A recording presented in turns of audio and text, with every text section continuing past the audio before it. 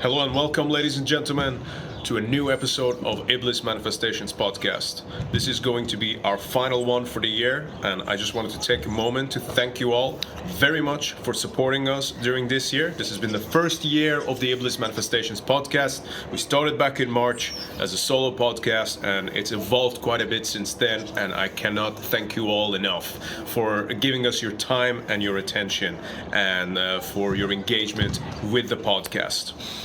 On this episode, it's my honor and privilege to have my friend Mr. Chris Naughton. He is the vocalist and guitarist, as well as a founding member of the UK black metal titans Winterfylleth. And he's also involved with projects such as Atavist, as well as art and many others. We had a very interesting conversation in regards to black metal, health, censorship, heritage, different things which I'm sure that you guys will be finding interesting. So coming shortly will be that. As always, I would like to emphasize once more how much we appreciate your support, your attention, your feedback. So please keep on subscribing to the channel, sharing your thoughts, and let us know what you think. So yeah, we look forward to seeing you in the new year, in the year 2023. And yeah, it's going to be a lot of very interesting guests coming up. But for now, ladies and gentlemen, allow me to welcome Mr. Chris Naughton from Winterfylleth to Iblis Manifestations.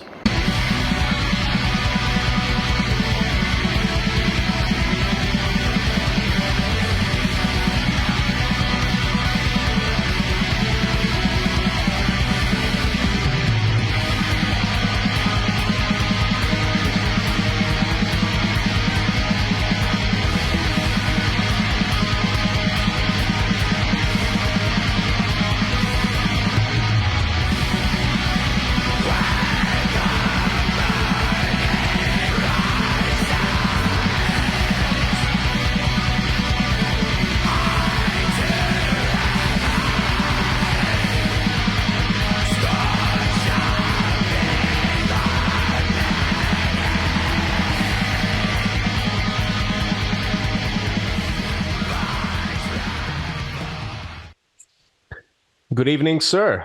How you doing, Chris? I'm good, thank you. Good evening to you too. I'm all right. Great, man. Welcome to Iblis Manifestations. I think we've been talking about this happening for quite a while now, since about maybe 20 episodes ago or something. Yeah. Yeah. So, well, you've been a busy man with it, haven't you? Had some good people on and some interesting discussions. So, I mean, obviously we've been busy too. So probably a good time that we could do it now that we got a little bit of headspace and there's not loads of stuff, going on for us at this point. Absolutely agreed, man. Yeah, thank you so much for jumping on. I've been looking forward to having you on the show. I first things first, I believe you guys just probably did one of your biggest European tours ever, if not the biggest European tour, with Gaul just quite recently. So just tell me, how's that been? How was the experience? It was an amazing experience. Yeah, I mean, it's certainly up there as one of the biggest things we've done, continuously. I mean, we did some good tours in the past. We did a 2 or 3 week tour with Enslaved a good few years ago now. But yeah, this is the first one we've kind of done in quite a long time, and it was great. I think obviously being a fan of this kind of music, you can't help but certainly throughout the years, kind of interact with individuals such as Gaul, coming through your speakers. And I think he's been in so many bands of note and, so many interesting projects over the years, Godseed and Traildom and Wardruna and Gorgoroth and all these kinds of things that when we got the offer to kind of go and do the European tour with Gaul's Weird, we were like, yeah, absolutely. We can't wait to do that. And it was a great experience. We sort of spent 2 weeks on the road, just over 2 weeks on the road with those guys, and sort of jumped on the second half of their quite long tour, which our mutual friends in Seor sort of did the first half of. Yeah, it was amazing. Played some places that we never got to play before, which was really great for me. Particularly playing places like Denmark and Sweden, where we never played a single show, despite being a band for 15 years or so. So it was brilliant. We got to meet loads of new fans and obviously become friends with the guys from Gaul, and spend an enormous amount of time with somebody who I never even thought I'd probably meet in any meaningful way, never mind sort of share hours and hours on a bus with. So it was a very enlightening and an interesting experience on top of playing amazing shows. So I'm really happy that we did it, and here we are, a few weeks later, just about recovered from it, and the days of no sleep and working pretty hard. But I'm really pleased, and I think all the guys are pleased having done it. I'm gonna ask you what probably everyone else is thinking, but what is Gal like to tour with? What is he like in such a close proximity for the 2 or 3 weeks that you got to share the tour bus with him? Yeah, I mean, it's a good question. If you asked me sort of beforehand what I was expecting, I think having sort of spent a little bit of time around those guys, we played a show back at Midgard's Block in 2017 or 18, I think it was, and Gals Word were on then when they were quite a new band.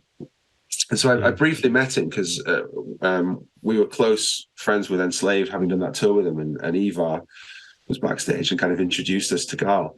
And I got a sense he was quite a sort of a committed and intense and intellectual, but also kind of ponderous person who sort of really kind of thinks about what he does and is very interested in the I guess the whole like spirituality and personal sort of growth and character of the whole thing in himself. And I think he's really committed to it. And so I got a sense he was quite an intense person.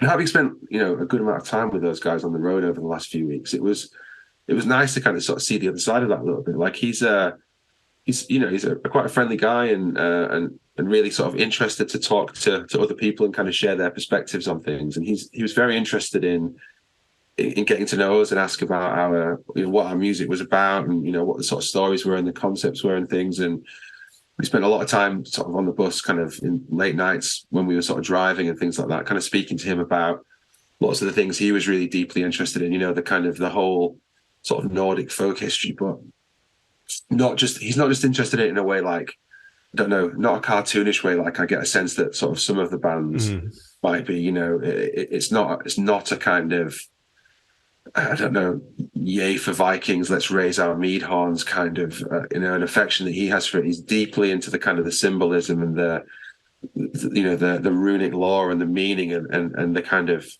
I guess the sort of dark and light of the whole thing. And it was really interesting to sort of hear him speak about that and to hear him talking about how the kind of characterizations and the figures of that mythology almost have parallels with the sort of stories and the struggles of the world today, the kind of the battles between like light and dark and the veneer and all these kind of people he was sort of referencing to us on the bus. And that's right. Yeah.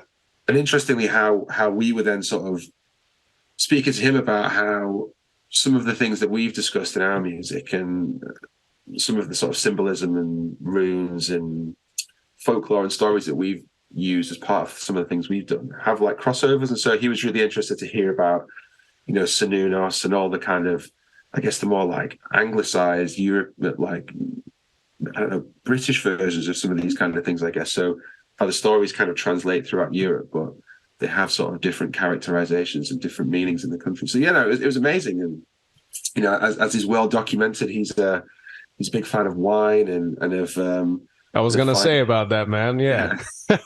Big fan of wine and the fine things. So, we spent lots and lots of hours just sat there having great glasses of wine and talking to the kind of early hours. It was a profound experience, and I found him to be a really like lovely, considered, intelligent, intellectual, challenging guy who is way more, interested in you as well as well. I don't know if I was expecting him to kind of be a sort of standoffish character who was kind of, I don't know, so into it that he was almost quite hard to communicate with because he is a persona or something. But actually, it was, not the case. He's quite a funny guy, a good-hearted person, and he really cares about the people and the team around him. And he was really open and friendly with us, and I loved it. It was great. I really, they say never meet your heroes, don't they? But I had a really kind of brilliant experience with those guys. What can I say? It was uplifting and like life affirming. I think it's nice to do those things and be treated well and not, I guess, not find out that your heroes are dickheads. And and it absolutely wasn't the case. I really loved it. But not just him. Some of his, all of his band were amazing. Different different threads with different people. Like Kevin, their drummer, is really brilliant. Spectre, as he goes by in his pseudonym. And yeah. Ula, who's the guitar player, Lus Kilman, as he's called, and Froda, who's the bass player, and Andreas, who's the other guitar player. They're all really interesting characters, and those guys are way more kind of heavy metal, and I think Gal is way more kind of artistic and stuff. But the way they kind of combine and the way they interact and bring the music together, it's a really profound thing. And I suppose it's kind of top off the whole thing about Gal. I've always been a fan of his music, and particularly about things like Wardruna and Traildom and stuff like that, and Godseed as well. I really enjoyed, and I always thought he was a good vocalist. But until you see him performing it live, and until you see this kind of presence and intensity and awe that he kind of garners from people, it's it's quite profound. Having kind of done that tour with him, I'd almost go as far as to say I think he's one of like the greatest vocalists that I've ever seen performing live. In a different way, but I'd probably put him up there with somebody like Freddie Mercury or something, as obviously not entirely, not even the same in the way that's delivered, but the intensity, the control, the ability to kind of hold a note and create sound and understand, how vocals can be used was a really, really profound thing for me. And yeah, it was a total revelation, if I'm honest. Very, very amazing. Yeah, he certainly has quite a bit of a presence to him. I mean, we played a show with my side project, Weird Stuff, back in I think it was oh, actually, you guys played the same event too. This was back in York, February 2020.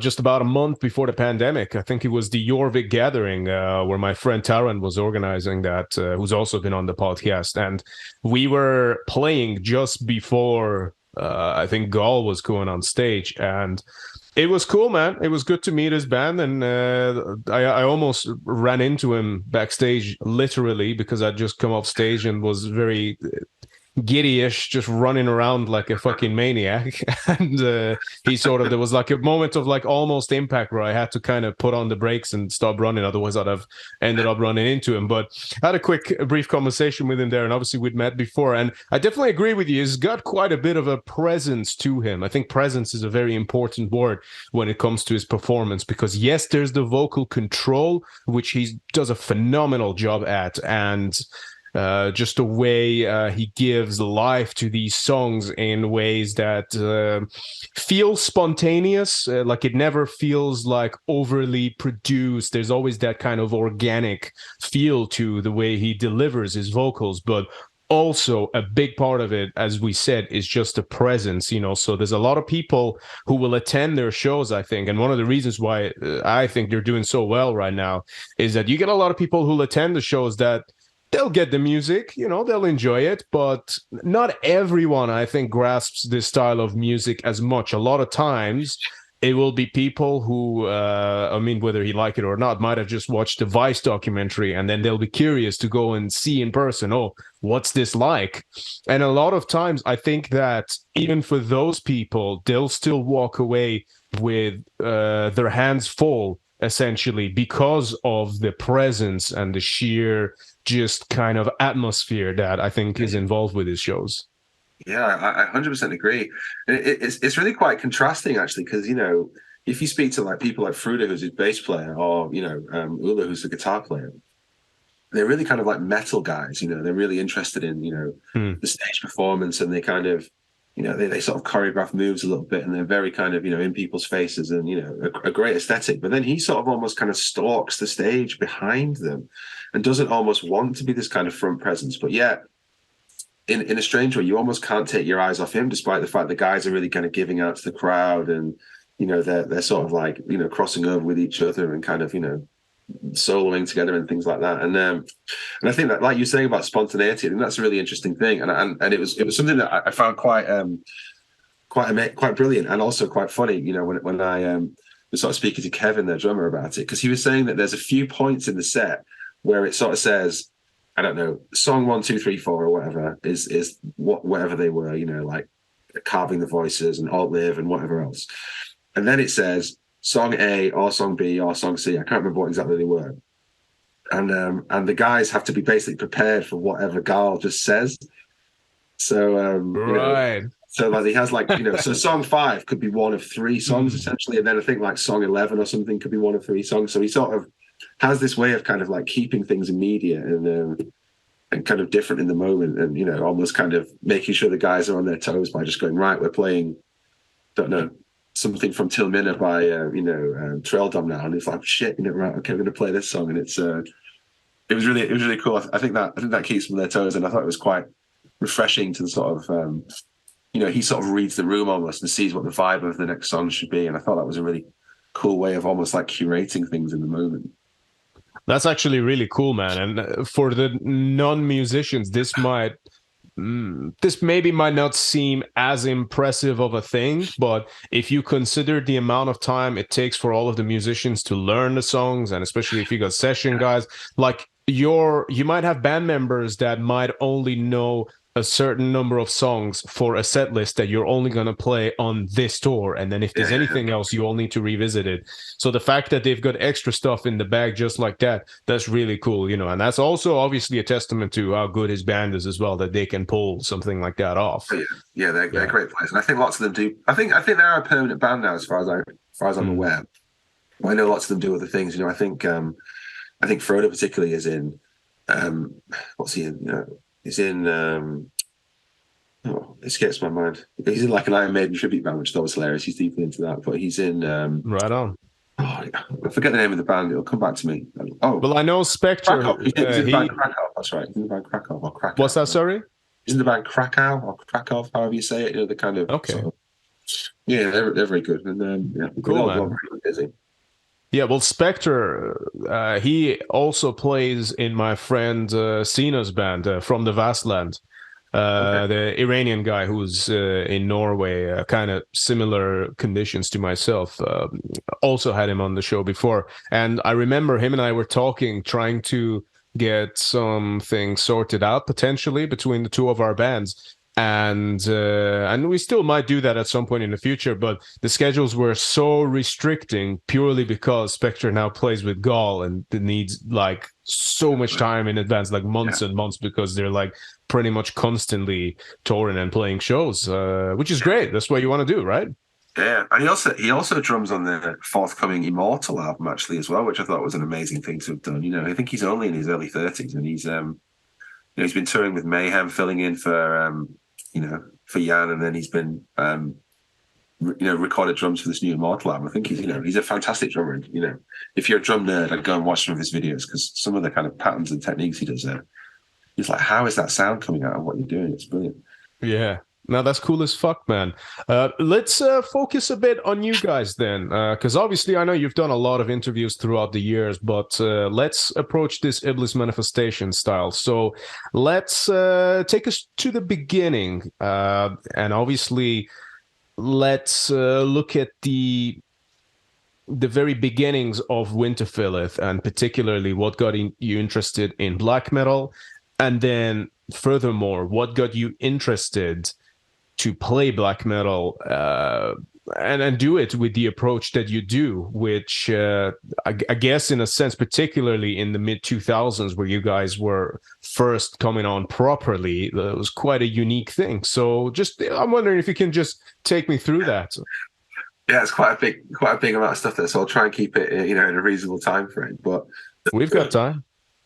I mean, the sort of story of us doing this band really predates it, in a sense that I was doing another band at the time, which is called Atavist, which some people might be familiar with, but I don't know if everyone would be. So Atavist is and was a kind of like death doom project, really. Although it was more kind of sludgy doom at the time, I guess. That was quite a big thing when we were sort of starting that band. So we started that band in the early 2000s. So myself and a guy called Toby and a guy called Shane. We had a guy called Jamie at first, and then Callum, who is now a permanent drummer.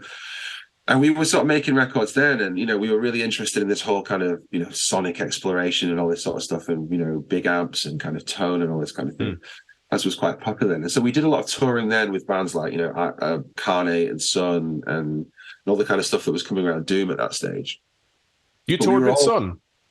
Yes, lots of times. Played loads of shows in Sun. Yeah. That's cool, man. I didn't know that. All right. Yeah. I mean, it's quite a long time ago now when I think about it.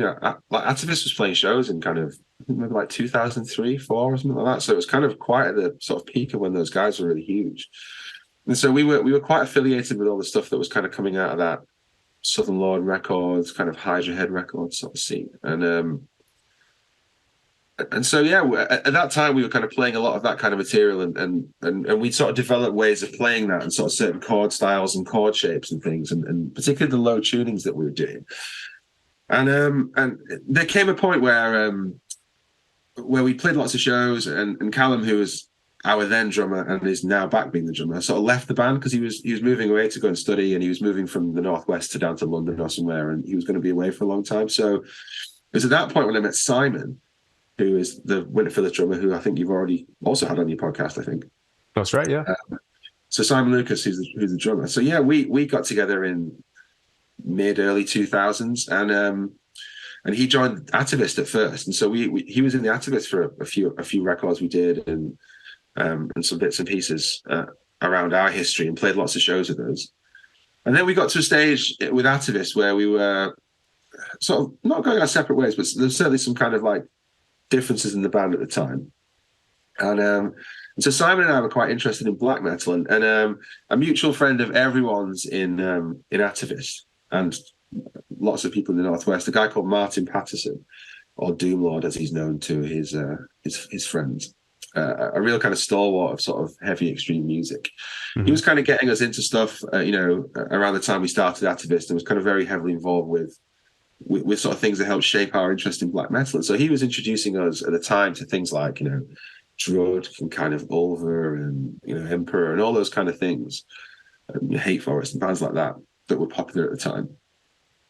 And I really got into that. There was certain pivotal albums, I think, for me that were really kind of made me interested in it. And it just happened that sort of that resonated with Simon quite a lot as well. So, Berg Tap by Ulver, for example, or Autumn Aurora and Blood in Our Wells and Forgotten Legends by bands like Drud. And, sure. So like this is the era of kind of like things like Issa and Ruin by Enslaved and stuff like this. So, yeah. We were kind of coming into all that stuff. And I think we were quite aware that, we sort of shared some sort of sentiments with those guys, and that couldn't really be expressed through Atavist. I think if you think about Atavist, then it was and is, I guess, more of a reflection of the self and personal struggles. So, Atavist always had quite a nihilistic approach, and it was very nihilistic in nature in terms of it's about kind of personal loss and self-worth and kind of self-discovery and all these kind of things. And whereas I think we wanted to have something that was a bit more kind of helicopter view, a bit more sort of like looking over society and all that kind of stuff. And so we kind of got together and decided that would be the roots of Winterfylleth. We wanted to start doing something black metal. We didn't know what it was going to be called at the time. And so myself, Simon, and Shane, who was the bass player and is the bass player in Atavist, and we started sort of jamming when the singer couldn't make it or whatever, and started doing stuff in the rehearsal room. And that was the kind of roots of it. And so I suppose to your original question, how that comes back to kind of the origins of Winterfylleth. We always used to tune quite low and playing sort of, altered drop tunings and things in Atavist. And because we were kind of starting the band in with a lot of crossover with that and those rehearsals, we started doing Winterfylleth in that tuning, and it's always stayed the same. So we've always had what I think gives us quite a unique sound because of the way we tune and because we play these quite low strings and also like mix in things like rhythm and lead into the sort of one guitar player, as well as now there being like lead guitars and stuff with it. But because it was only me to start with, me, Simon, and Shane at the time, then I was having to try and do,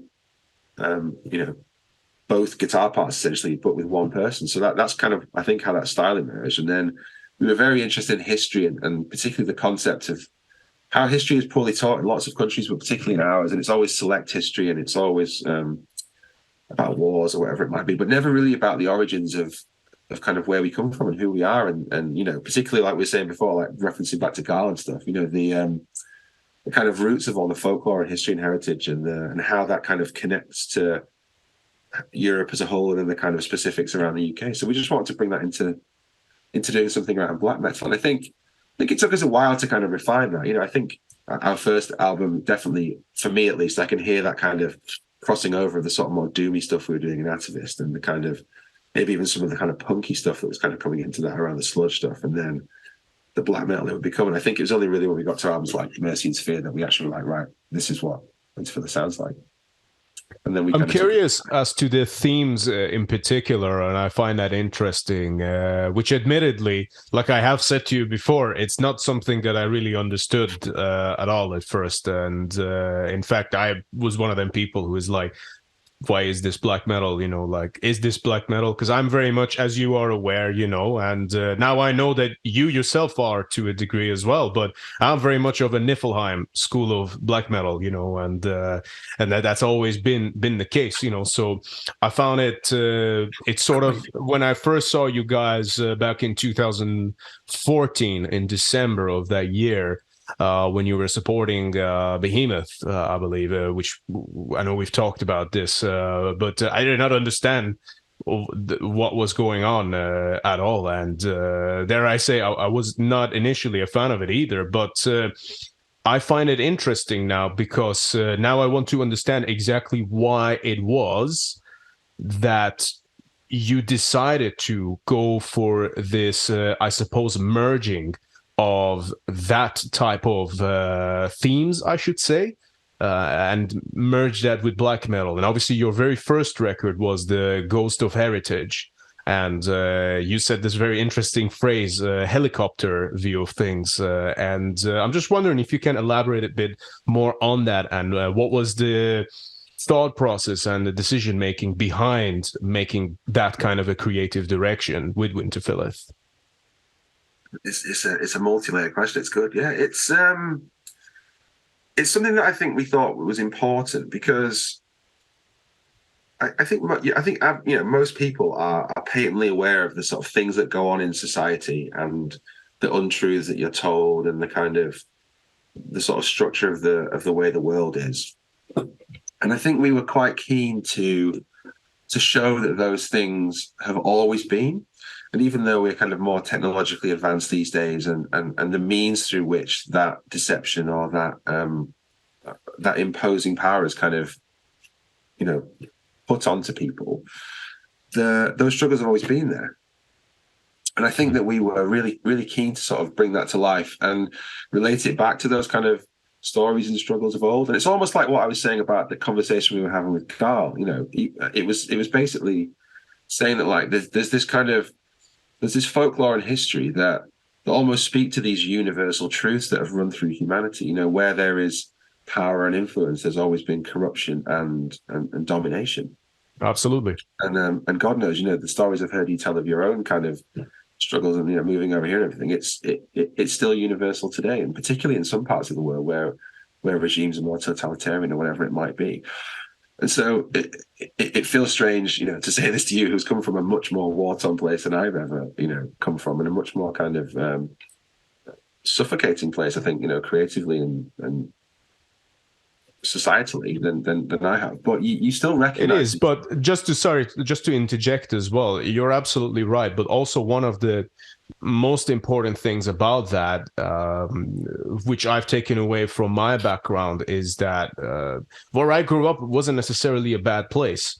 But unfortunately, there are a lot of societal and cultural restrictions to the point that they can actually extend to a degree of legal punishments. So for example, if you're caught listening to metal, you can get into trouble for that. If you denounce the religion, they can arrest you and you can even get killed for that. And these are the kind of things that we have to deal with. This doesn't mean that there aren't, I guess, luxuries and comforts, because I certainly had more of that over there before I moved here.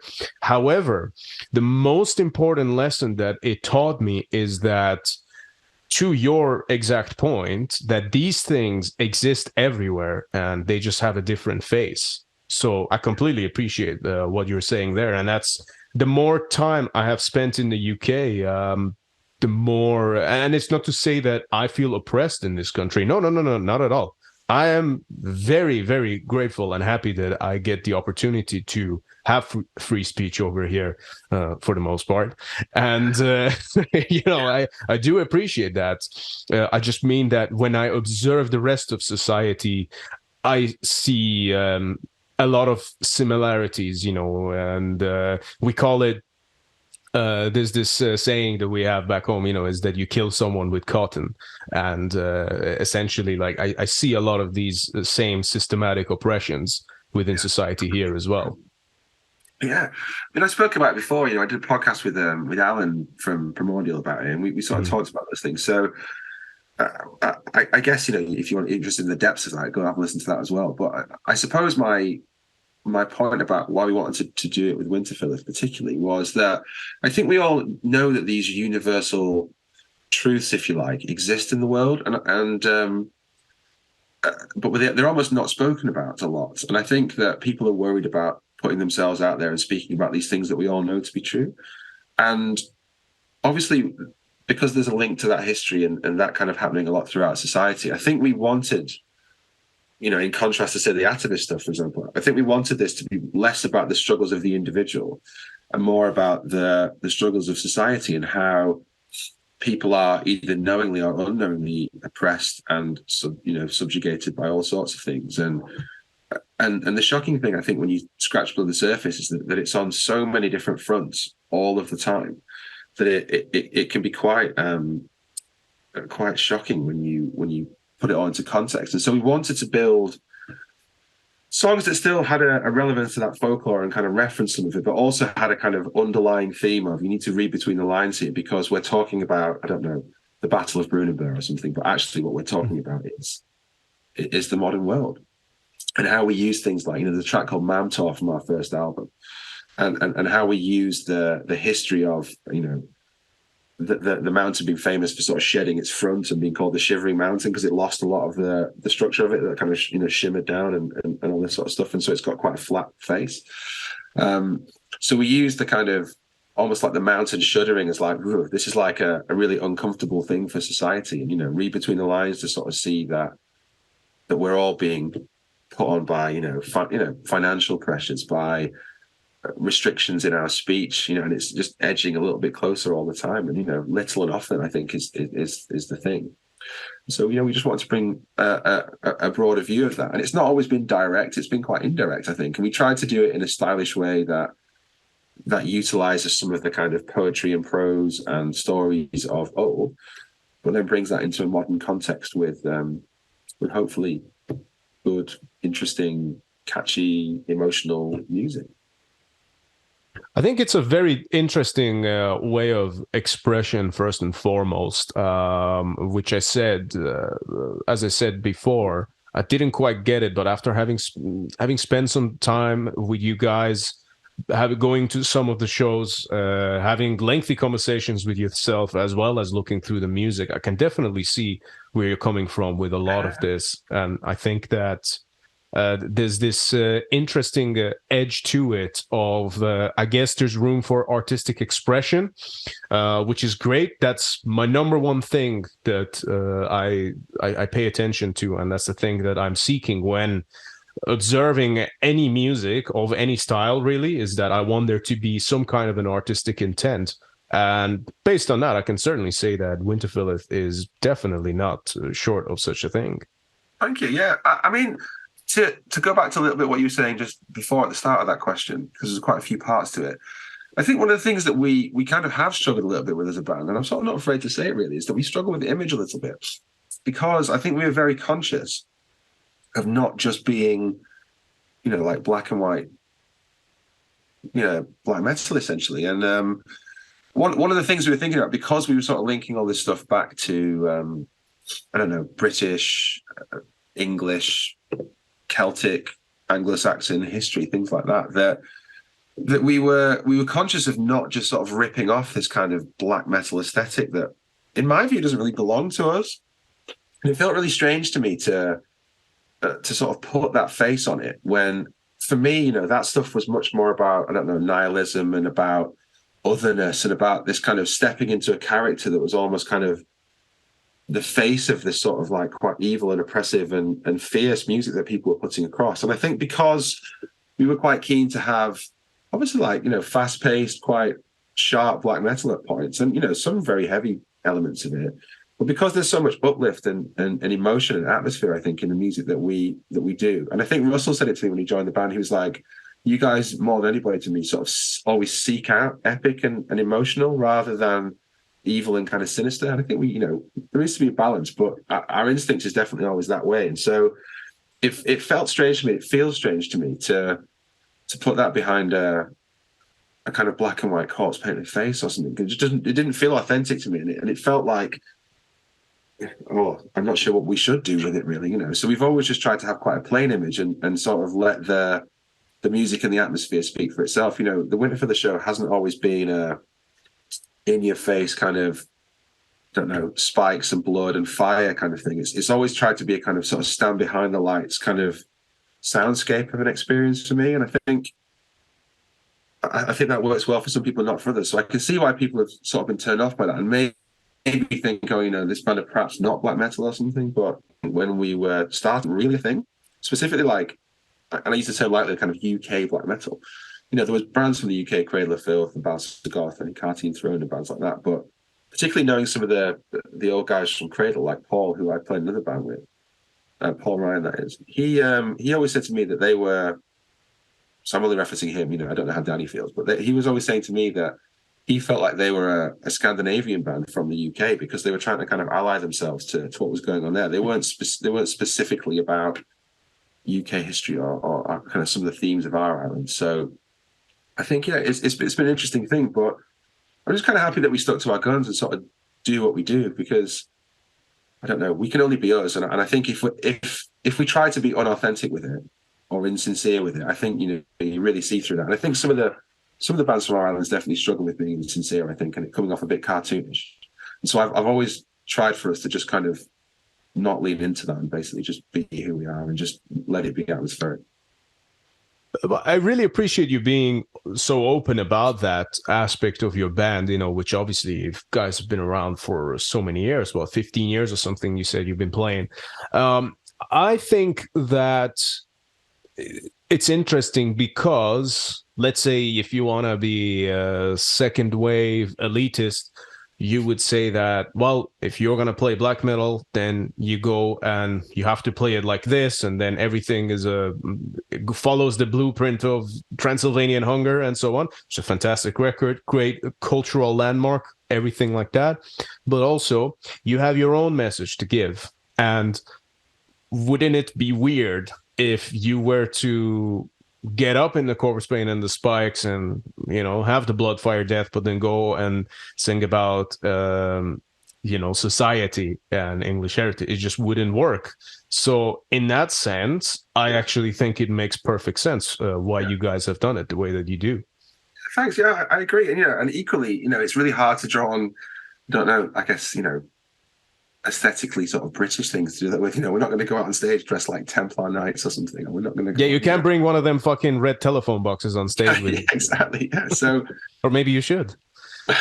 Well, I think that's definitely put a few people off it internationally. But we can only go out and play the songs we play and try and be authentic with it. And I think that's the most important thing to do. And it works for some people, and I don't disparage it by any sense. I think we love bands that have done that well. If you watch, I don't know, if you go and watch Marduk or something, or you go and watch 1349, or you go and watch, I don't know, one of those bands who do that sort of stuff really well. Even like Gal, he still wears corpse paint, and it feels like, yeah, that belongs to you. Of course, you should be doing that. But if I turned up and started wearing corpse paint with short hair, and I don't think it would suit you as well, man. I just have a feeling. Seeing songs about the Green Cathedral, I just don't think it would quite work. So, I'm happy to kind of be a bit more kind of in the background with it. No, that's cool. And I think that the thing is as well, there's different ways of absorbing music. And obviously, as I'm getting older, my eyes are opening to this a little bit more. But I think that, not every style of music requires you to just go and fucking bang your head and mosh. As much as I fucking love that, I say that whilst I'm wearing a fucking Angel Corpse t-shirt today, and it's like, I fucking live for that shit. But also there's different ways of listening to music. Like I wouldn't respond the same way if listening to Fields of the Nephilim record, or I wouldn't respond the same if listening to Depeche Mode. All these amazing fucking bands, at least to my personal opinion, you know, and anyone else's who's got good taste. But I think that what you're also doing is sort of taking this thing and creating this sort of, like you said, epic kind of expression of your own, where it almost can be quite meditative. Like, I would be very surprised if I ever saw like a pit at a Winterfylleth show, you know what I mean, or like people doing a mosh pit. They only really happen if we play the kind of older sort of punky yobbo songs like The Ghost of Heritage or the kind of, you know, Mantle and ones like that. They're a bit more kind of heads down. Whereas I think it's always been much more about restraint and grace and atmosphere and emotion for me, and sort of painting that tapestry, for want of a better word. And I think that you know, it's on our minds often to sort of kind of live up to that and to create emotion. You know, I love it when a kind of song raises goosebumps on your arm, and I love it when it makes you kind of lose time, because I think we've got quite long songs, but I don't think they always feel long in the moment. Where I see bands sometimes playing 3-minute songs and I'm like, Jesus, this feels like the longest song I've ever heard. Mm-hmm. So, you know, I hope that we kind of connect those things together well. And you know, back to the point about image and things, I think it's very difficult. You know, like I said, when we were starting as a band,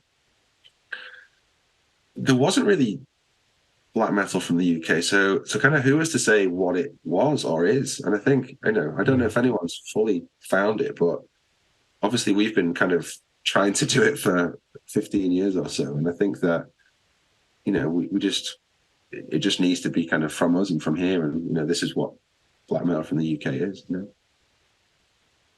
Yeah, I can appreciate that, man. And at the very least, you know, you kind of, you're always, whether intentionally or not, you will find yourself being a part of a scene.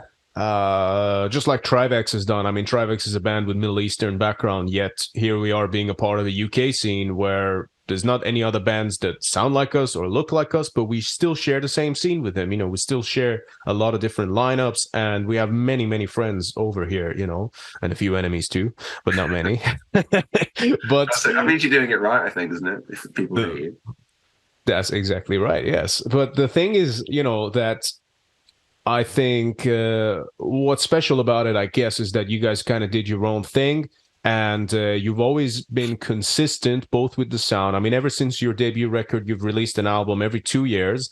I think now is the only time where we're reaching the almost a 3-year gap, you know, so this is the longest gap you've ever had between albums. Although we never had a pandemic before, did we? We never had, you know, 18 months apart from each other. That's it, yeah. There's that too, and obviously there's that when I say consistency, there's also a very interesting thing of how all of your album covers are very consistent. But it's a lot, for me, it's a completely different style, but very much reminiscent of especially like the first 5 or 6 Iron Maiden records, where they all have that consistent element of having Eddie there and where the logo sits right at the top, and there's that kind of consistency to it, which I do appreciate. So I think that whether you want to look at it as a thing of, oh, this is what UK black metal is, or, oh, this is just Winterfylleth, I think you can take both of those approaches. But the important thing is that within your own band, you had the authenticity to do things your way, and you also made it stand out. So, you know, I think that still in itself is something to be proud of. Yeah, thank you. I appreciate it. And like I said, it's not always been accepted by everybody. I think it's been lost on quite a few people that we would do that, but. It's always been important to me to have a kind of consistency of image, and I think to keep that quite stylish. You know, with our album covers, we've always tried to.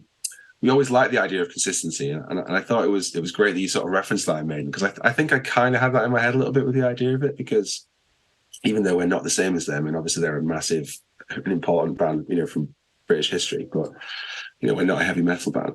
But I just like the idea of that. When you see an Iron Maiden album cover, you know it's an Iron Maiden album cover. And I think I sort of liked the idea of that being true of Winterfylleth. And the concept's different. You know, we always had this idea of there being kind of no modern scenes in the album covers, and almost like a connection with the old ways or the old world, and you know, how nature is connected to humanity in many ways, and you know, how if you lost lost nature. Obviously we pollute it and destroy it all the time. And I always thought if you lose that connection, it's funny how profound it would be. And most people don't even realize it because they just sort of live their lives around nature. That if you lost it, or if there was something kind of dramatic happened to it, then we'd all be in a very bad place. And I think it was nice to kind of just try and sort of speak to the purity of that before we kind of sullied it as people. And then I also liked the idea, which we sort of kind of have kept consistent with, of the album covers all sort of starting with the word "the." And there's almost a sort of reference in a way to some of our favorite writers, like Tolkien particularly, who was really important for all of us, but particularly for Simon, who was a really kind of deep lover of his books. And I think we always like the idea of it almost being like an ongoing story and a different sort of saga through the times, and a reflection of who we were and where the world was at that kind of point in time. And so I always like, obviously the Fellowship of the Ring, the Silmarillion, the kind of the Two Towers, blah blah, that kind of the story arc that the people like Tolkien had. I always like the idea of that sort of being a little bit sort of I don't know, like a little nod to that kind of in the records that we were making. For sure, man. Yeah, I can definitely appreciate that aspect of it. And also to your point, I think, I feel very similarly when it comes to just observing nature and things like that. It's interesting that this has come up because literally just today, this was something that was on my mind quite a lot. And it's just, we have so much potential as human beings, and it feels like we've come far, but it just feels like the direction in which we've come far is just a little bit off from the get-go, which has led to us, I think, being actually really far away from, I guess, an existence that is at peace with our environment, an existence that is at peace with our own health and well-being, which I know you yourself have had some changes in, which we're going to talk about at some point. But I just think that it's really unfortunate because it just feels like we're going backwards in a sense, that we're just getting away. We're just causing damage to what we have got. We're forgetting where we have come from, essentially. To the point now, actually, obviously, I'm not even talking about just nature and things like that, but even just the personal identity. When I say we're forgetting where we have come from, I think that's actually something that gets misinterpreted quite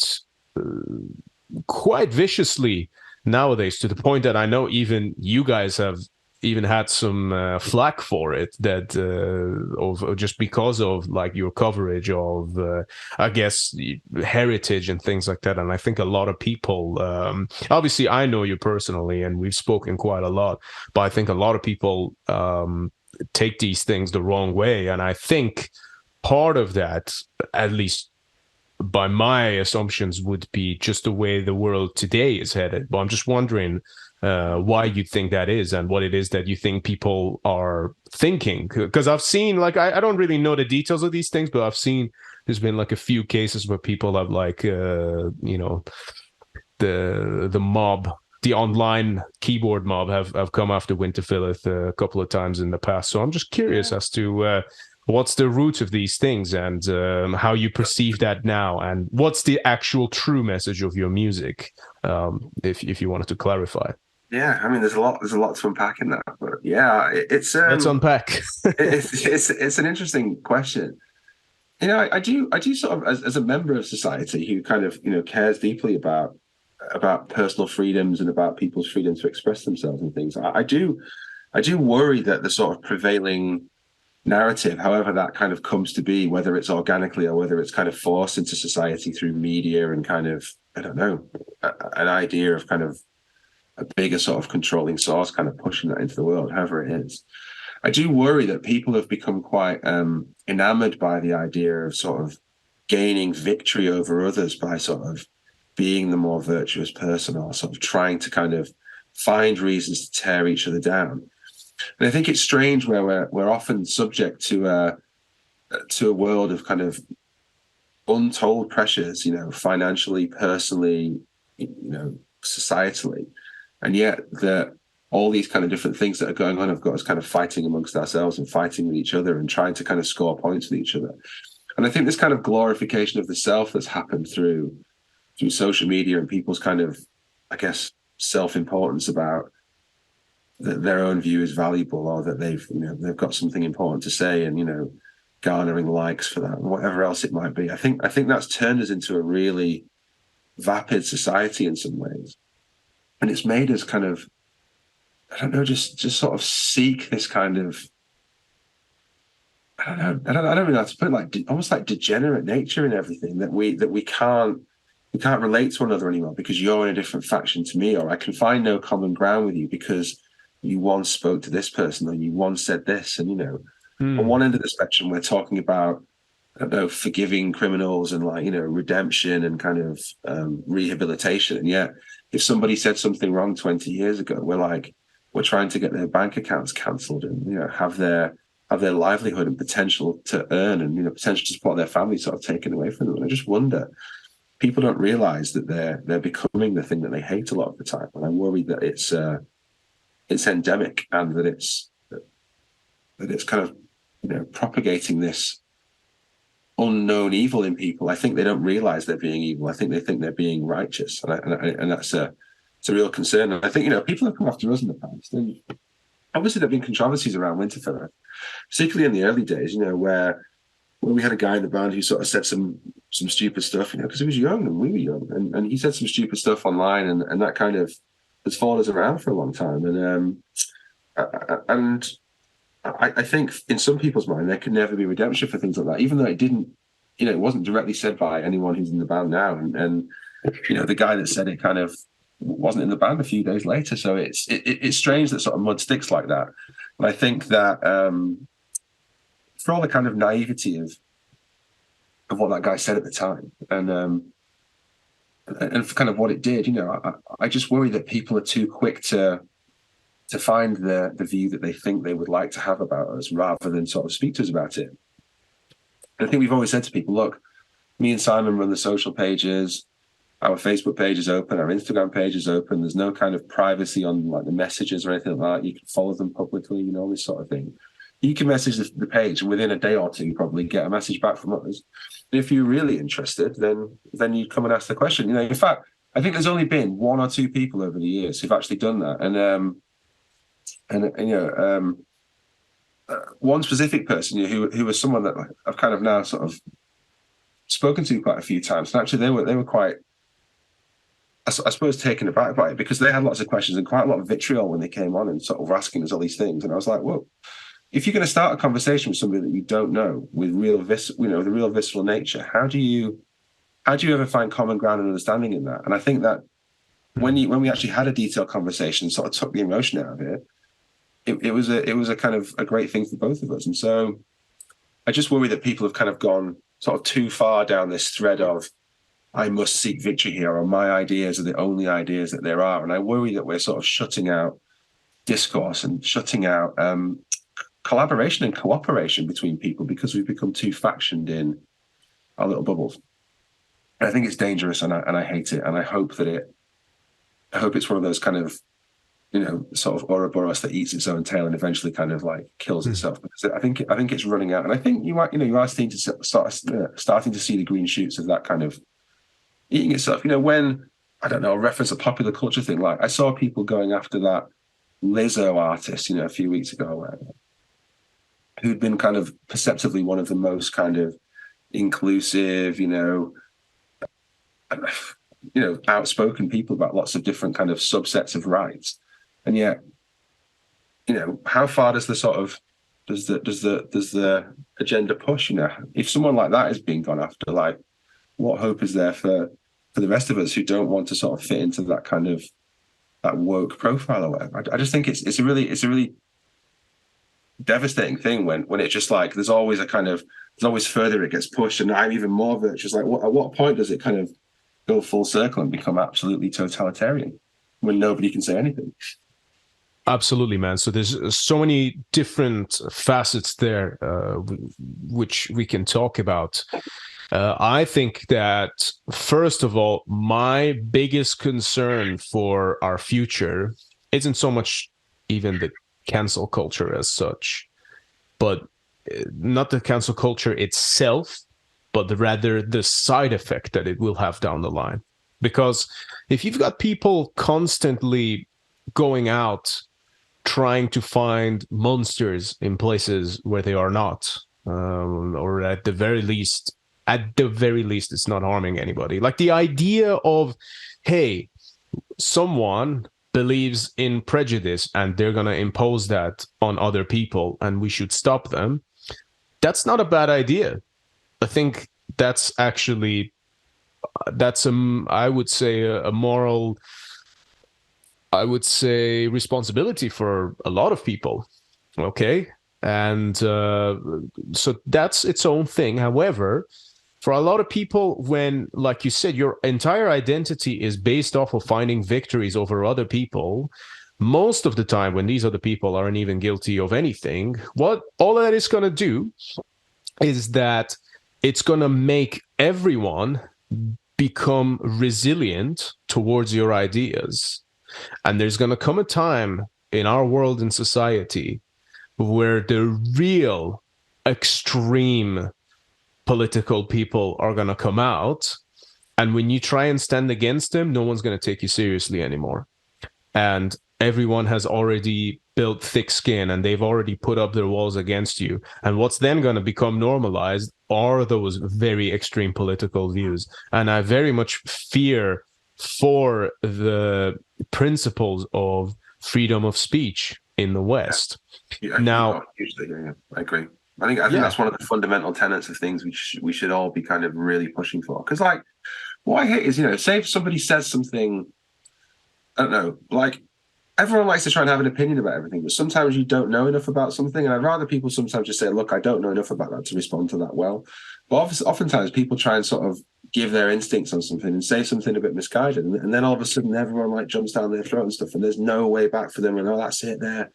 This, that, and the other. Yeah. Just like, how can we live in a society with no redemption when if someone, the whole idea of discourse, if someone challenges your ideas and presents you with something better, that you need to kind of reassess, what you thought in the first place. And that just is learning and development. And so how can we live in, a world that wants to talk about kind of personal growth and all this sort of stuff, and yet that has no recourse for redemption? Like, in all these situations, like, who are people supposed to be sorry to? Just like, are you sorry to are you being sorry to an idea that doesn't really belong to anybody? It's not really focused on anybody. Like when all these like media outlets are like challenging people to kind of come out and respond to such a community or respond to such a person or whatever. It's like, who are they? What, and what are you apologizing to and for? I just, because there can be no redemption, can there? Because it just feels like it's almost into the void. And, did anyone really care, or were they just bored at work on the internet? I just don't know,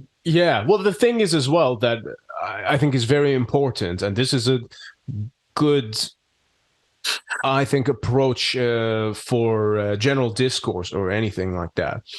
For me personally, I feel very confident in my own ideas.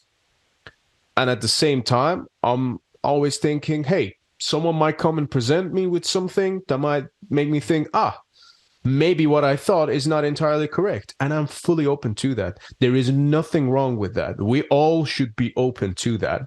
But here's the thing. If I think someone has an idea or an agenda or whatever that I don't agree with, and I think it's bullshit, and I think that idea is dangerous, I want to know why that person thinks that. I don't want to demonize them from the rest of society. I don't want to get them fired from their job. I want to know why they think that. Okay. And if I feel that I have better ideas, if I have a better way of thinking, I am going to present that, right? We all have access to the internet, and we seem to be at this sort of place where one group get to decide what's the right and wrong, and anyone else who doesn't play game, then they're the fucking pariah, and they're fucking exiled from society. And there's this weird thing where everyone has dehumanized each other for so long that everyone's watching their own back, and they will go to very far extents of just doing things of burying other people just to make sure that no one ever points the finger at them to, I guess, bury them or say, hey, everyone is desperately trying to say they're on the right team. And I'll make an example for you here and for everyone listening. And this is the most bullshit fucking thing I've recently, I think, had to deal with. Basically, we recently did a headline show in Cardiff with Trivex, and it was a great show. We enjoyed it. The crowd enjoyed it. I had nothing but positive responses afterwards at the merch table, and it was a great evening all around. Even like we play pretty like fucking intense shit, but when we come off the stage, I like it when I see people are smiling. I like it when people come up and say, hey man, that was really good, really enjoyed it, and that lights me up, man. That makes me feel great. And I don't do it for that reason, but it's a beautiful bonus. Now, I walk away from this show, and a very important disclaimer to give here as well. Obviously, I come from Iran. That's where I was born and raised. That's my home. That's my personal heritage. And my home country has been hostage to an Islamic regime for the last 42, 43 years. And at the moment, that regime, the ideologies of even the religion and politics and things like that, I'm not even getting into that, right? Just purely on a humanitarian basis, that regime are slaughtering their own people. That regime are killing people who I would consider countrymen, purely because all they want is freedom of speech. They want freedom of expression. They want to be able to live their lives without fear of absolute totalitarian control. And many of them are also at the brink of absolute financial collapse. There are people going to the streets of Tehran, even as far back as 2-3 years ago. There was a shop owner. He went on the streets and he sat himself on fire in front of the entire people because he could no longer afford to keep his shop open. Now, this is the shit show that country has to deal with. Meanwhile, after we played this show, I got sent some screenshots by this asshole going online and basically saying that, oh, this Trivex band, they're so terrible, and I didn't enjoy the show or whatever, which to me is like, I respect that. I respect it if you don't enjoy what we do, and I will fight for your fucking right to be able to complain about our music as much as you fucking want. Sure. However, this person then went on to say, oh, and then they had to say some bollocks and they were very Islamophobic. I guess why. Yeah. Like, forget even just the religion part of it. All I did, right? I will certainly have my criticisms of all religions. However, at that show, all I did was go on stage, hold up the Iranian flag, and then we performed a song. And before that song, I had a word with the crowd and I said to them, listen, this is what's happening in Iran right now. So what we're doing now is celebrating our freedom that we have here, which we now know that not everyone in the world has. And we're going to do this as tribute for every single soul over in Iran who is currently fighting and bleeding for their freedom against an Islamic government. Now, this cheese dick had to go online and complain that we were an Islamophobic band. Now, this is the thing as well. I'm sure that person probably thought to themselves, I'm doing the right thing. I'm going to go here. This is a case of injustice. I'm going to stand up to it. But no, you are not fighting against injustice. In fact, you're contributing to it. Well, I think one of the things you said there is that most people just don't know what they're talking about. And just like the idea of something, I mean, I very much generalize in there, but I just get a sense that there are people that just like the idea of seeming to be kind of like, this is the only way I can be perceived as a good person. I must uphold this or whatever. And, oftentimes it's just misguided. And I just worry for people that they think that that's how you should be. And I worry that it sort of garners a mob mentality rather than an idea that you should contribute to discourse and listen to it. And I think most people don't listen a lot to each other anymore, I think people just talk at each other, which is a poor thing. You know, I worry about it, but I think in some ways I don't mind the flack sometimes, because I think it is our job as artists at the base level of it to poke people's buttons, and whether or not that makes you violently agree or disagree with the sentiment of what's being said. I don't think it's the worst idea to have your ideas challenged every once in a while, and to kind of step out of your box and of your little bubble of people that think the same way that you do. And, you know, like going very back to the beginning of this conversation, it's nice to kind of go on a big tour around you know, Europe with people from all over the place, Norway and Portugal and Germany and wherever else kind of in Europe, and sat on a bus with them and having profound conversations with like people like Zoltan, who was the tour manager of our tour, who is like a real kind of stalwart of the kind of whole sort of punk and kind of crust scene and hardcore scene from, you know, from Hungary, where he is from, but, you know, Europe over the years, and their perspectives on things, you know, living under sort of regimes like with Viktor Orban and people like that, and actually how they feel, you know. And then, you know, I was having discussions about obviously the things about like what had been heard about Winterfylleth, and actually the reality of sort of meeting us and hanging out with us and finding out that we, you know, that we're opinionated, but hopefully well-read and measured people who have something interesting to say, and who are willing to listen to other people, and are not just kind of, I don't know, whatever people seem to think that we might be.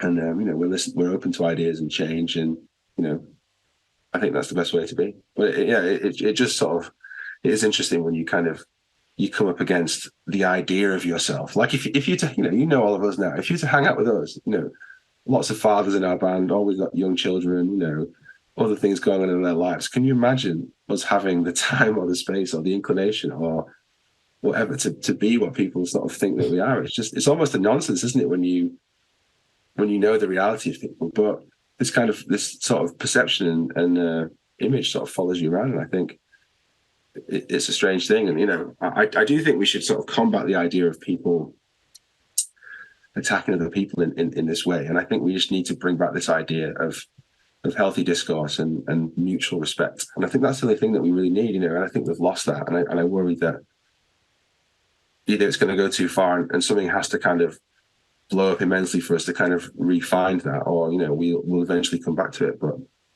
I just hope we get there one day, because it's felt over the past sort of 6 or 7 years like a really strange world to be living in, on top of everything else that's been going on.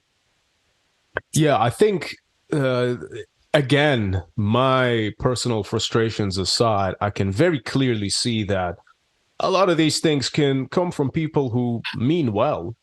A lot of it is a good-hearted idea, and as I said to you earlier, sometimes standing up to injustice ain't exactly the worst thing, but there seems to be this weird societal psychosis happening where it's almost like there has to be a problem in everything, you know.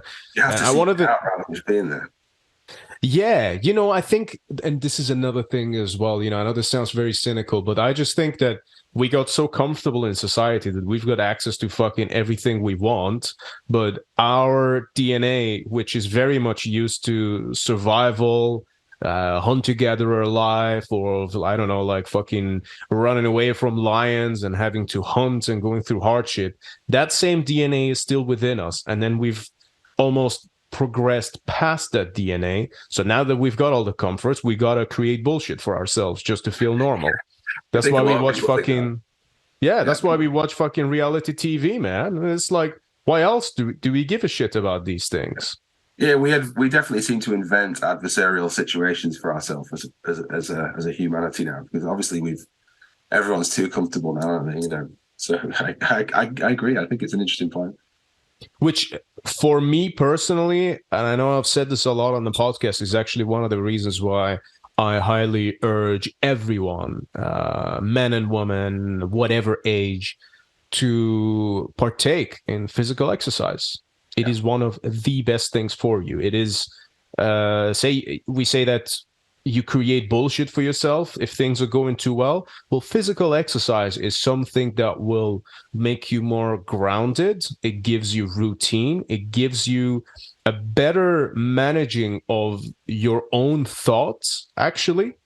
And it teaches you discipline, but also at the end of the day, more importantly than anything, which to me is always the number one reason why I have to keep on top of it, is that it flushes out any of that need to create mental bullshit in your own life, and you just get on with it, and you can focus on what's actually constructive, because you get to get that aggression out. And I guess metal's very much like that to an extent too, but more on a maybe intellectual level, whereas exercise kind of helps everything, I feel. And I know you yourself took some serious transformations, especially in the last couple of years. So just tell me a little bit about that. You know, what kind of prompted you to go down that way, and how much can you relate to what I'm also saying based on that? 100%. I agree. I think, another lens on society that's kind of negative is, with technological progress, I think has come poor, dreadful, devastating, almost international nutrition and lifestyle. And I think that many of the things that happen to humanity, autoimmune disease and, people dying of sort of chronic systemic illnesses, stems from poor nutrition and poor kind of self-maintenance, essentially. I heard Warren Buffett, the sort of famous investor, sort of say something about, like, he would buy any of his staff. He sort of had a kind of a thing about like a teaching story. It was almost like, right, I'll buy you any car you want. It would be any spec, and I'll buy you that today. And so everyone got to pick what they wanted. He said, right, you have to have that car for the rest of your life. So how are you going to treat it? And they were saying, oh, make sure drive it really carefully and blah blah, that sort of stuff. And said, and yet, look how you treat your own body. You've only got one body for the rest of your life. And that's way more important than a car. And you don't treat that with respect. And I think it's a really interesting perspective. It is. It's a really interesting perspective on kind of humanity and how, people don't do that. But yeah, my own journey, I was quite overweight. I spent a lot of time, eating poorly and maybe drinking too much and whatever else like you do. Not excessively, but it just kind of becomes progressive over the years, that you just sort of like add a little bit of weight and it just kind of keeps going. I think your health sort of generally deteriorates. And I think a lot of people in Western culture particularly are guilty of that. And so, I know our mutual friend Reza, a coach guy that many of our friends and contemporaries have sort of used to kind of get hold of their personal physical appearance and nutrition and, state of mind, kind of helped me out. So I sort of spoke to him and was sort of saying, look, I want to lose some weight. I want to kind of, feel better in myself and sort of do better for my kind of, I don't know, mental state. I say that lightly because I've never struggled with like mental health issues or anything like that. And I know lots of people do, and that's a whole different area. But, even from now a sort of year and a half's worth of training and nutrition and sort of lifestyle change, there is definitely a kind of inner peace that you find from doing that sort of stuff that sort of shuts off the voices. Like everyone, I don't want to speak for everybody, but personally in my mind, I was like, look, you need to lose some weight. And it was always kind of the back of your mind, like, you should be healthier. You've got a little son now. You need to kind of be around and sort of provide and all those kind of things. And I think it was always in the back of my mind that, like, oh, by the next time I sort of do this, I should have lost some weight on whatever. And actually, when I actually took control of it and did it, then it really did sort of silence those kind of negative inner thoughts, I think. And it really does give you an inner peace. And I think if you're a fan of music, it's great, go and do a walk every day. Make sure you focus on spending time in nature. There's so many kind of benefits to it. You go outside, you get the kind of vitamin D from the sunshine. You maybe listen to a record that you just got or something. You walk around with your headphones on. You energize your body and your mind. You kind of lose a bit of weight. You increase your metabolism and all these sorts of things. And that's before you dig into anything like, weightlifting and training, or indeed the kind of the nutrition that should come alongside that, which most people have got no idea about.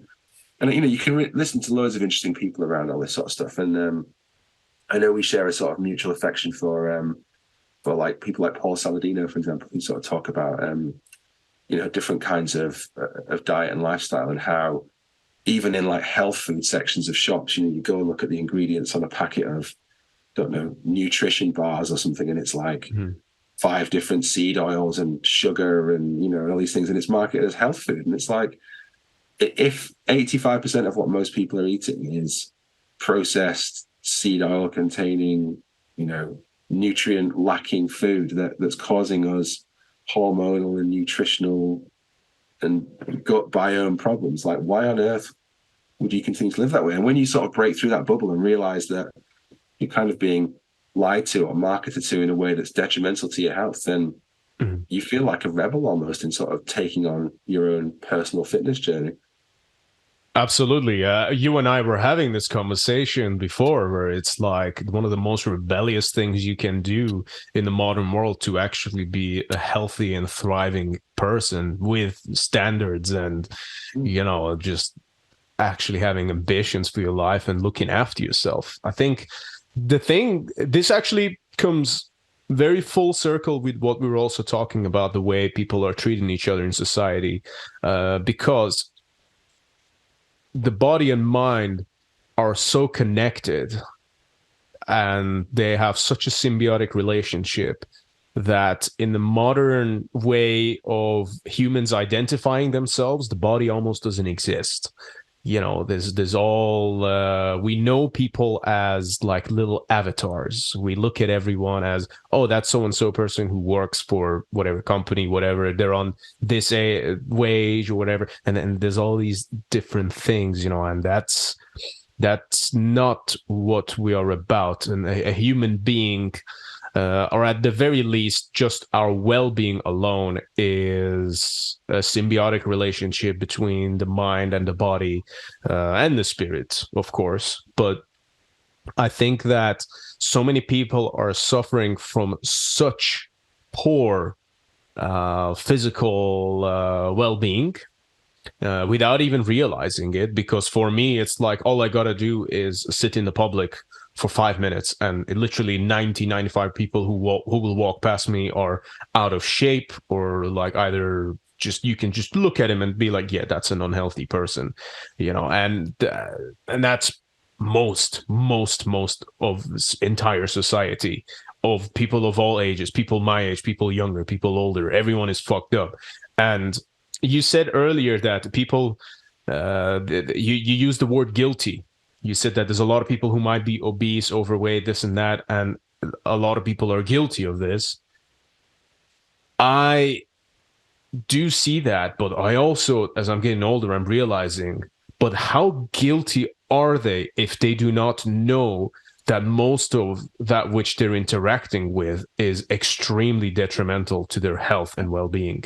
I think, I think you pull apart the semiotics right there, but or the etymology right there, rather than semiotics. Yeah, the etymology of that, right? Yeah. I mean, I don't think I intended it to like say people are guilty of it, but, you know, obviously it being a turn of phrase. But you are right. I think people do find, you know, themselves in these situations, and I think you are right. Like, when, you know, particularly the kind of journey I've gone on with learning about nutrition over the last year, but not the nutrition that you would kind of have or find in sort of, I don't know, mainstream narratives about, like, you know, oh, eat salad and, you know, all this sort of stuff.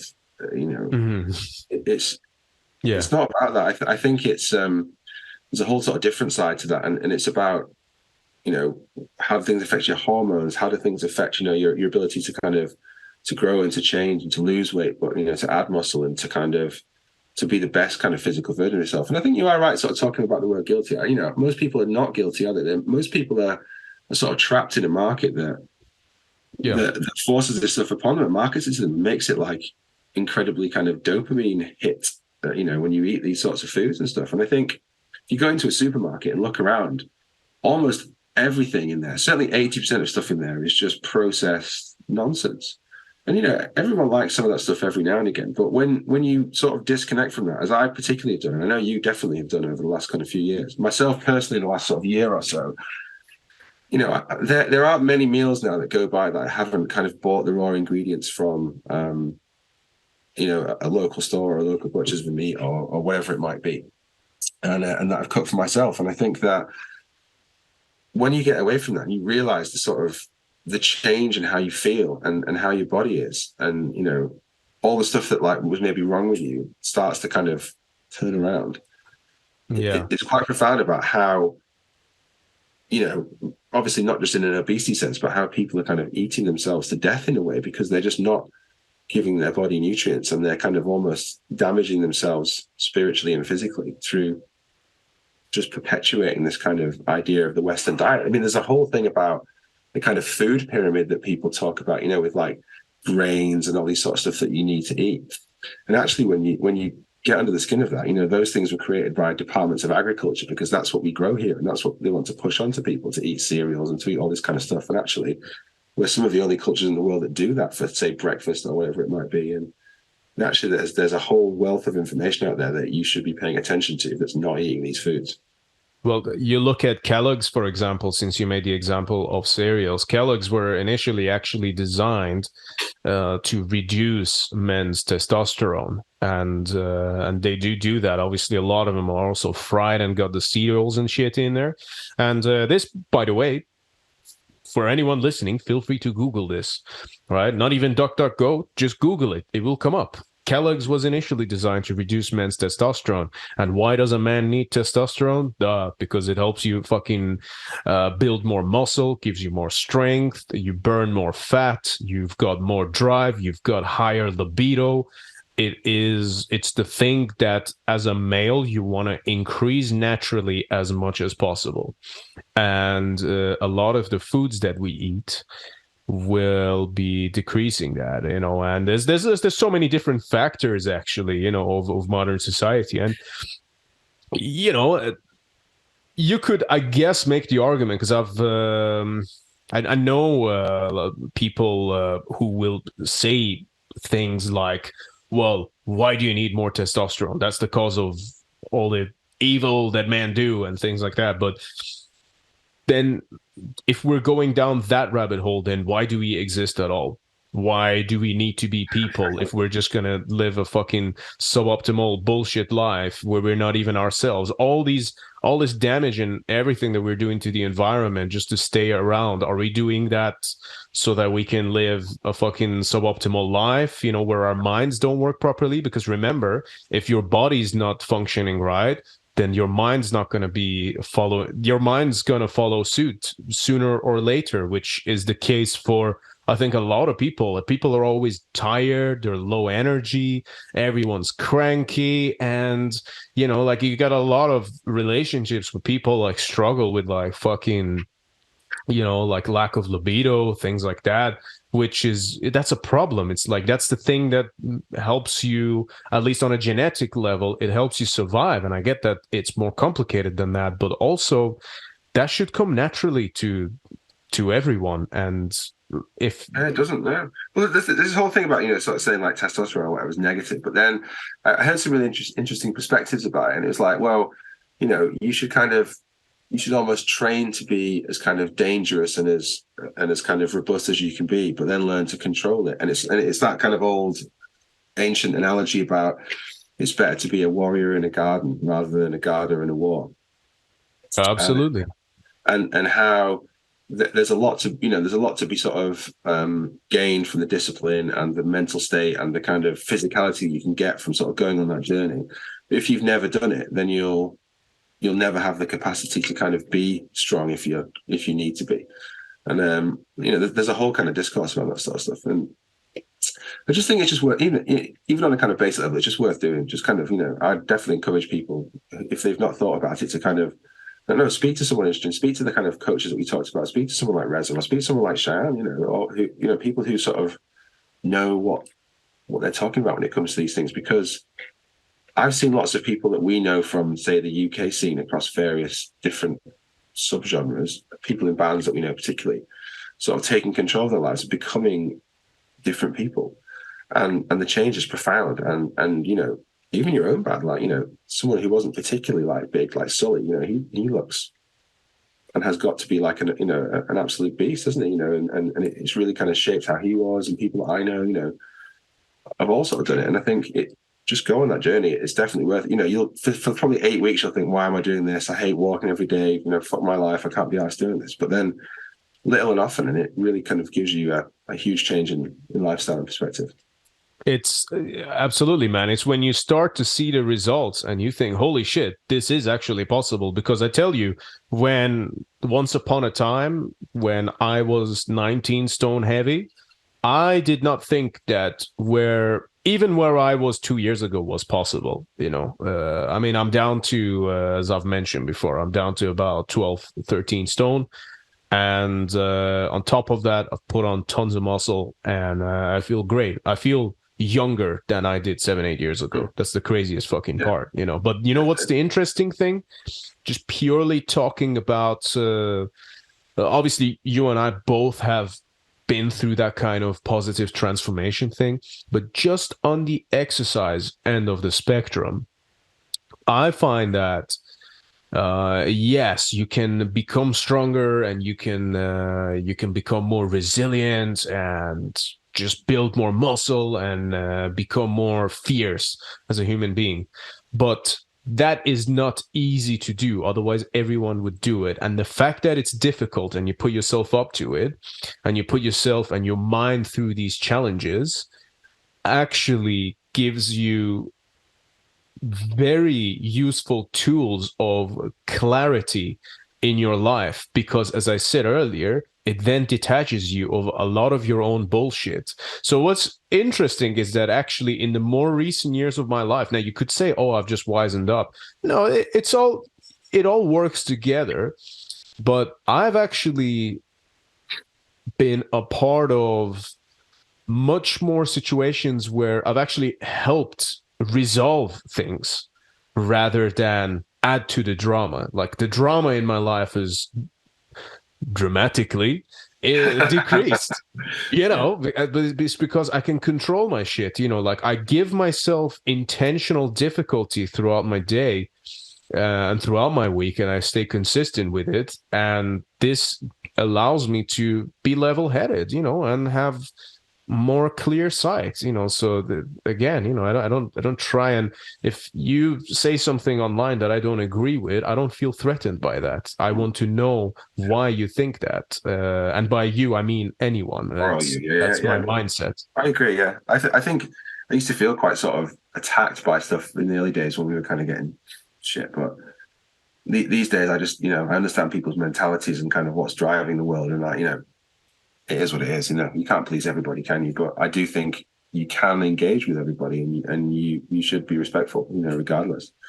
And I think you, like you say, if you train and got rid of the bullshit in your mind about all the other things that worry you, then you don't feel as kind of, I don't know, eager to sort of like be on the front foot with that stuff. You can kind of be more measured about it. And I think it definitely teaches you, like, for a better word, inner peace. And I think it's a really kind of powerful thing.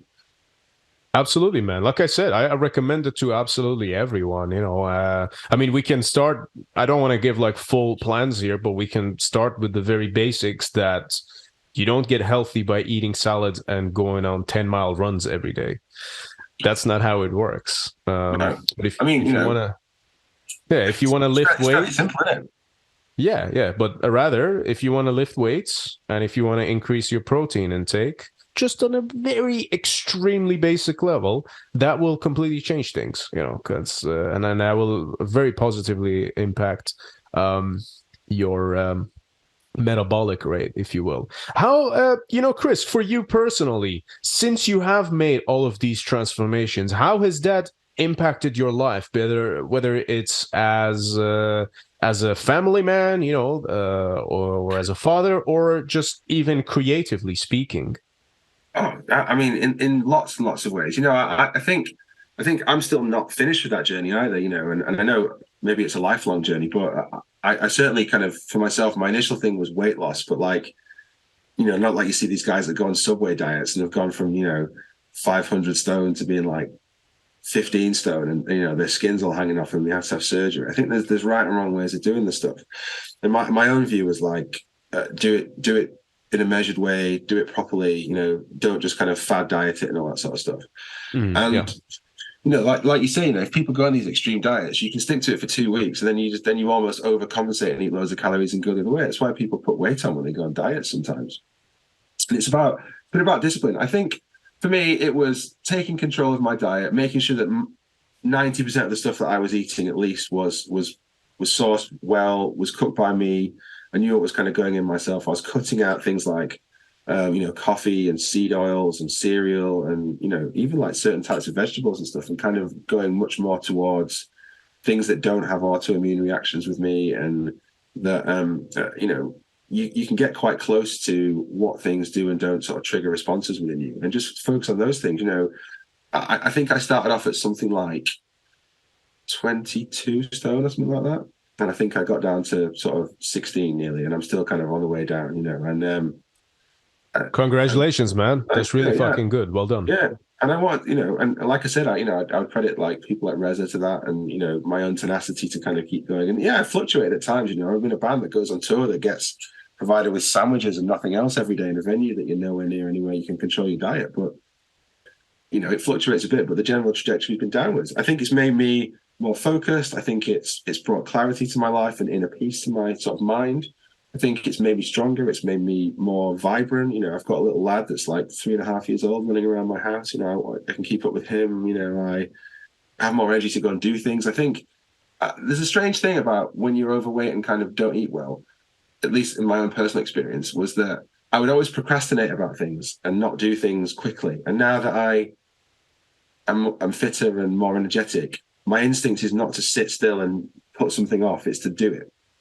And I think even those tiny changes just make you more productive, better in some ways. They'll help you with your own life. And it's something that I would 100% recommend doing. Speak to my own band members, like, Simon, who as we referenced before, we're having a big discussion at my house at the weekend about it. Just about kind of controlling these things. It doesn't have to be like super expensive. You can see these people like, oh yes, just eat fillet steak and, I don't know, high-end grass-fed beef and all this sort of stuff. Yeah, maybe if you can afford that, do it. It's got benefits, but just eat responsibly sourced products that have got the least amount of shit that you can find in them. And you'll find that, your inflammation, your autoimmune responses and all those kind of things, as well as your own personal energy will go up. And to me, it just made me be a better partner, be physically better. And, I was like, even like aesthetic, like physically sort of like better looking in a way, and not kind of feeling like I was sort of overweight all the time. So it's something powerful. Just do it. Just do it. Just do it. That's right, man. And you got to think as well, you kind of put it there, I think unintentionally, but step by step, if you want to start by just walking and increasing like your steps, if you just want to do, I don't know, start as little as like extra 2,000 steps a day, if you just want to look at that, or just go for like a 10-minute walk every day. If you want to start by that, then if you want to add maybe one gym session a week, because that's what I did. I didn't go from like 0 to 100 overnight. I even like within the first year that I was training, I mean, I did the mistake of not going with a coach, but it also helped because by now I know exactly what I'm doing. And I've obviously spoken to a lot of different people who do this for a living as well. But I've just, just started by little. I already had lost a bit of weight just from walking before I joined the gym. And when I joined the gym, I had no fucking idea what I was doing. I just thought that you're supposed to go in there and do cardio until the fat falls off. That's kind of like what I was thinking about it. But, like just between us as well, what dropped the fucking penny for me was, and I'm sure that you might have had your own thoughts about this when you first got a coach and then he told you got to go lift weights. But for me, I realized this because I was speaking to someone at the time, and they were saying like, "Oh yeah, did you know that Arnold used to eat like 4,000 or 5,000 calories, or on a diet or something like that?" And I remember thinking like, "Well, that's a lot," but he wasn't fat. And then they were like, "Yeah, well, muscle burns a lot more calories," and I was like, "Oh." So, but it all feels, when you have that moment, it all feels so simple, doesn't it? For me, it was just like, walk 8,000 to 10,000 steps a day, be more active, eat kind of 180, 200 grams of kind of clean protein every day, sort of 60 to 70 grams of fat a day, 200-ish grams of carbs a day, and try and keep below 2,300, 2,400 calories. If you do that and go to the gym and lift weights 2 or 3 times a week, it will fall off you and you'll get lean and trained. And it's like, it's not rocket science, go and lift as heavy a weight as you can, comfortably for sort of 8 to 10 reps, 12 reps maybe, and just kind of build your way from there. Don't push yourself too hard, work to your kind of limits, and then just keep adding to it and trying to push yourself. And then you'll soon find that you can go from being able to lift 15 kilos and all of a sudden you can lift 150 kilos. And, it's progressive. And take your time with it. Absolutely take your time with it, because you're bound to make some mistakes here and there. Obviously, if you get a coach, it becomes easier, But even for me, I mean, this works for some people, absolutely. For me personally, I had the idea that if you go vegetarian, that's healthier. But I remember that I did go vegetarian for about 5-6 months. And in that time, like, my progress completely stopped and my libido started dropping. And I was like, I've never had a problem with that. And it's not, I still didn't have a problem with it, but for me, it's always like, there's a handful. So I was like, this is not a handful. Like I'm used to it. So, so that's why I was like, okay, this is not working. And weirdly enough, as soon as I switched back, it was like, there we go again. I feel good. And I know maybe it's not like that for everyone, but I think it is. I don't have any problems with it, by the way, for other people. There are ways. Oh no, I don't. There are ways to kind of do that through like vegetarianism and veganism, but I feel like it's so much harder. There are an amazing amount of kind of like vegan and vegetarian foods available now, but you'll find, dear friends who are watching this, who are maybe from those persuasions, if you go and look at a lot of it, it is absolutely chock full of shit that you definitely don't want to be eating. And so, yeah, unfortunately, yeah, and there are, I'm sure there are great and kind of balanced ways that you can do that. But if you're going to eat Beyond Burgers and think it's amazing protein or whatever, you'll realize that it's absolutely full of like fat and seed oil and some protein, but the kind of the cons outweigh the pros. And like there are, I'm sure, controlled ways to do it, and there are vegan athletes who do really well. And there are kind of proteins from different vegetables that you can use as isolates and things. So I don't have a strong view about it other than do it in the right way, but just be careful about what you're eating. And I think if across the board you're conscious about all the sort of wrong kinds of linoleic acid containing things and seed oils and all that sort of nonsense that you're eating. Yeah, it's not that we have strong views of it. It's that they, for better or worse, have very strong views about it, But again, that's another case of, maybe there should be some understanding. Because I do get that factory farming is really fucked up, it is terrible. But any form of existence that you're going to have on this planet is going to cause some kind of damage, And this is not even an argument, I'm still entitled to my choice of sustaining myself and those close to me in the way that I see fit, just as you are, just as anyone is. It's just understanding the different ways of it, and I still think that I probably have more respect and I have more in common with a vegan person than I do with the average person who goes and fucking just demolishes McDonald's takeaway and fucking has like fucking McFlurries and fucking wakes up and eats croissants for breakfast. I have a lot more in common with the vegan people just because they are actually consciously aware of what it is that they're eating and that they're supporting an ideology that at least to them it means something, so I'm not going to take away from that at all. If anything, I admire it, I just wish they could see things better from other perspectives. Yeah, I mean, that's all. It can come across as a bit of I don't know, quite a radical cult sometimes, can't it? And like, but really it's like that with everything, right? Just as we've been saying, there seems to be that sort of little thing that's waiting to be ignited within everyone. I don't mind. I just think if you're going to do it and that's your lifestyle choice, then just find the right way to do it in that, because there will be a right way. I like strong athletes out there, but just don't eat corn meat and think that you're going to do well in it, because it's you kind of hear these stories that yes, it may be survivable or whatever, but there's lots of stuff in there that's not great for you, as there is in lots of the food. Most stuff you buy from the supermarket is full of nonsense. So just be careful. What is surviving? There's so many different levels to that. I don't want to like every human being. Like imagine like all of the room that a person takes up in a house or a society and everything that you've got, and you're fully entitled to those rights, but wouldn't you want to at least live a fully optimal life? if you've got access to all these things and actually contribute to the world rather than just sort of be, I don't know, a zombie, I guess, and just kind of pissing everyone else's breakfast. Yeah, well, I guess if that makes sense at all. All right, just brings it back a little bit. Just be open about it. Like there's lots of different ways you can do it. Just try and fine tune it with what works, but just do it. Just go and find that. Just go on that journey and just eat better and treat yourself better. Absolutely, yeah. Treat yourself to a nice Winterfylleth steak, right? I do like a steak. Yeah. No, look at us, Chris. Fucking giving fitness advice here. To the rest of the UK BM scene.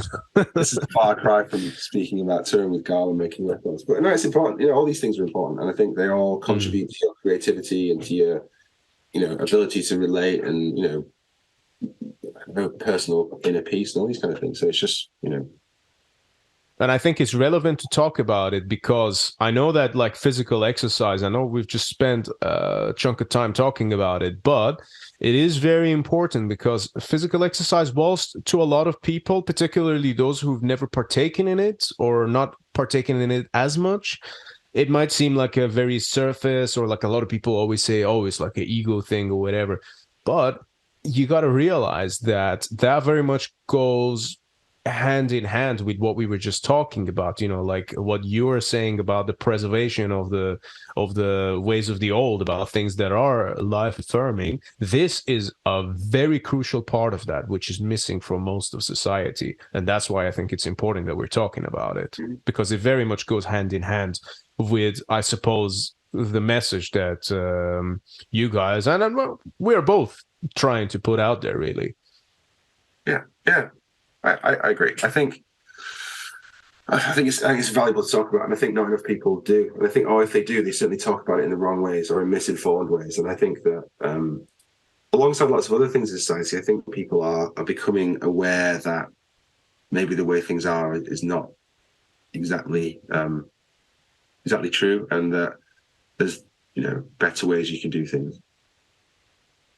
Absolutely, man, and everyone should strive to become a better version of themselves, and there's nothing wrong with that. I mean, everyone always gets this. How many times do you go on Facebook and then get a memory from 10 years ago and say, oops, shit, I'm going to delete that. That sounds really fucking dumb. How many of us get that? Everyone. Every one of us gets something that they posted 10 years ago, which is fucking stupid. And then you're like, oh shit, wow, that's really dumb. You take a screenshot and then delete it. Why do I bring this up? Because we evolve as human beings. We evolve. We get better. We become better, whether it's in the way in which we articulate ourselves, in the way we put ourselves across, in the way we process ideas. And again, I get that you can fall in and out of enlightenment, and no one is sort of, I guess, exempt from that, but you do get better. People change, and it's okay. Sometimes maybe you'll think one thing at one point, and then maybe another time in the future you might change your mind about that. There's nothing wrong with that. That doesn't make you any less of a human being than you already are. That's if anything, true, it makes you more human because you're embracing growth more than anything. No, I just worry that that we're almost in an age now where we're subject to so much information all the time that it almost like is background noise. I wonder what the kind of impacts of, or the long-term impacts of kind of such an information overload are for people all the time. The freedom to have anything put into, come into your world or whatever, and it sort of directs your worldview is very scary. And I think that it's made people forget about lots of fundamental universal truths. Just around simple things like we sort of say, diet or nutrition, or that we should treat each other with respect, or conduct discourse in the right way. They're all parts of a much bigger thing, and I'd encourage people to sort of read about it and just think a bit deeper about, I don't know, getting back to a sort of a simpler way of doing it, because I think that it works and it'll help everybody, I think. Yeah, and I think we should always encourage people to think more critically, and for them to at least be able to present their own ideas rather than just look for things to get offended and upset about. Why is it that something, I guess, triggers you or makes you not feel good?